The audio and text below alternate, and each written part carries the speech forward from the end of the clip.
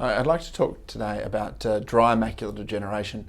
My specialty is in medical retina diseases, and so dry macular degeneration is something I see incredibly commonly, probably 10 to 20 times a day. Dry macular degeneration is associated with the accumulation of drusen, and drusen are waste products that develop under the retina. The retina metabolizes its proteins, its sugars, and then the waste products it pumps out the back of the eye.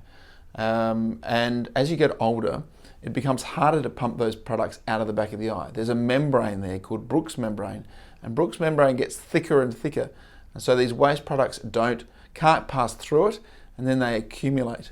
They have some toxic ingredients or parts to them, and those cause underlying issues which lead on to macular degeneration.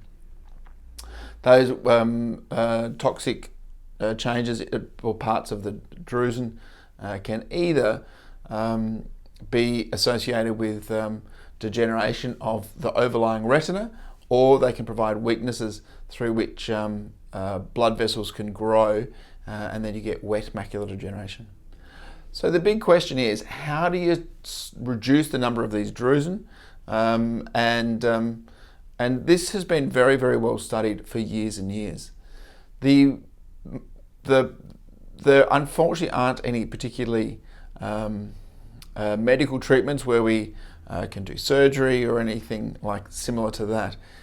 It really relates to having vitamins and dietary changes. So the vitamins we recommend are based on a study called the ARIDS study. And this was done about 20 years ago, and it recommended that we take zinc and other multivitamins. And this has been packaged up in exactly the same formula as was studied in the ARIDS trial in a series of different vitamins.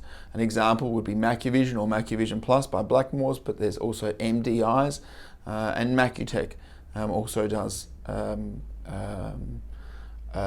vitamin combination based on exactly the same.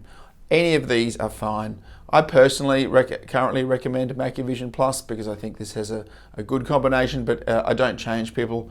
All the vitamins are similar.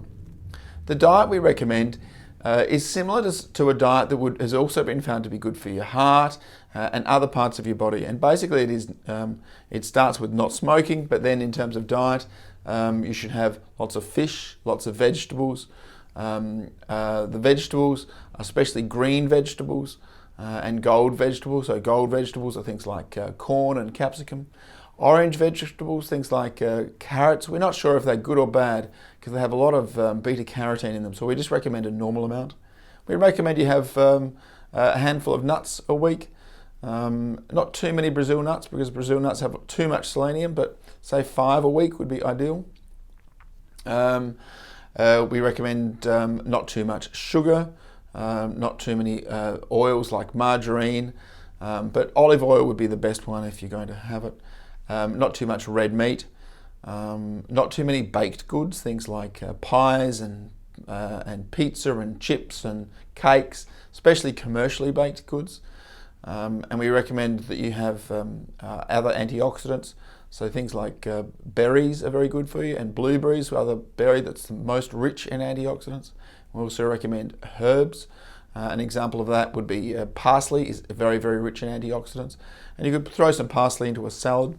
I think that's pretty much most of... the last one is citrus. Sorry, I forgot citrus. And a study has shown that having an orange a day actually is quite a significant reduction in macular degeneration. The other thing that's been studied to slow down macular degeneration is exercise, and a little bit of regular exercise. So 3 times a week, 20 minutes, 3 times a week has also been shown to slow down eye disease, which is fascinating. So macular degeneration in the eye.